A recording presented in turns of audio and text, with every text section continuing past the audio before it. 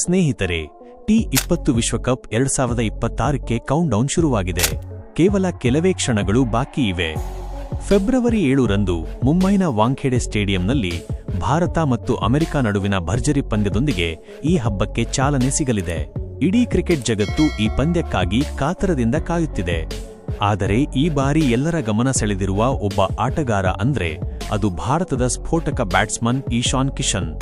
ಹೌದು, ಗಗನಚುಂಬಿ ಸಿಕ್ಸರ್ಗಳ ಮಾಸ್ಟರ್ ಮೊದಲ ಚೆಂಡಿನಿಂದಲೇ ಎದುರಾಳಿ ಬೌಲರ್ಗಳ ಮೇಲೆ ದಾಳಿ ಶುರು ಮಾಡುವ ದಿಟ್ಟ ಓಪನರ್ ಇಶಾನ್.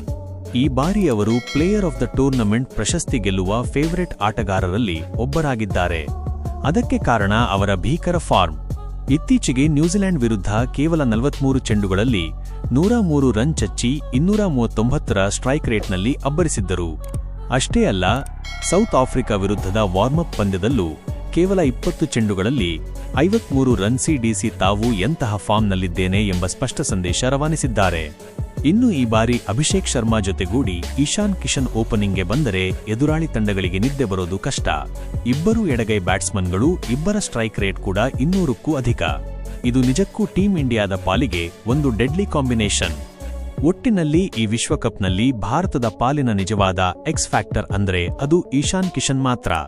ಸ್ನೇಹಿತರೆ, ಟೀಂ ಇಂಡಿಯಾದಲ್ಲಿ ನಿಮ್ಮ ಫೇವರೆಟ್ ಆಟಗಾರ ಯಾರು? ಇಶಾನ್ ಕಿಶನ್ ಈ ಬಾರಿ ಅತಿ ಹೆಚ್ಚು ರನ್ ಗಳಿಸ್ತಾರಾ? ನಿಮ್ಮ ಅನಿಸಿಕೆಯನ್ನು ಕೆಳಗೆ ಕಮೆಂಟ್ ಮಾಡಿ ತಿಳಿಸಿ. ಇಂತಹ ಮತ್ತಷ್ಟು ಕ್ರಿಕೆಟ್ ಅಪ್ಡೇಟ್ಸ್ಗಾಗಿ ನಮ್ಮ ಚಾನೆಲ್ಗೆ ಸಪೋರ್ಟ್ ಮಾಡಿ. ಧನ್ಯವಾದಗಳು.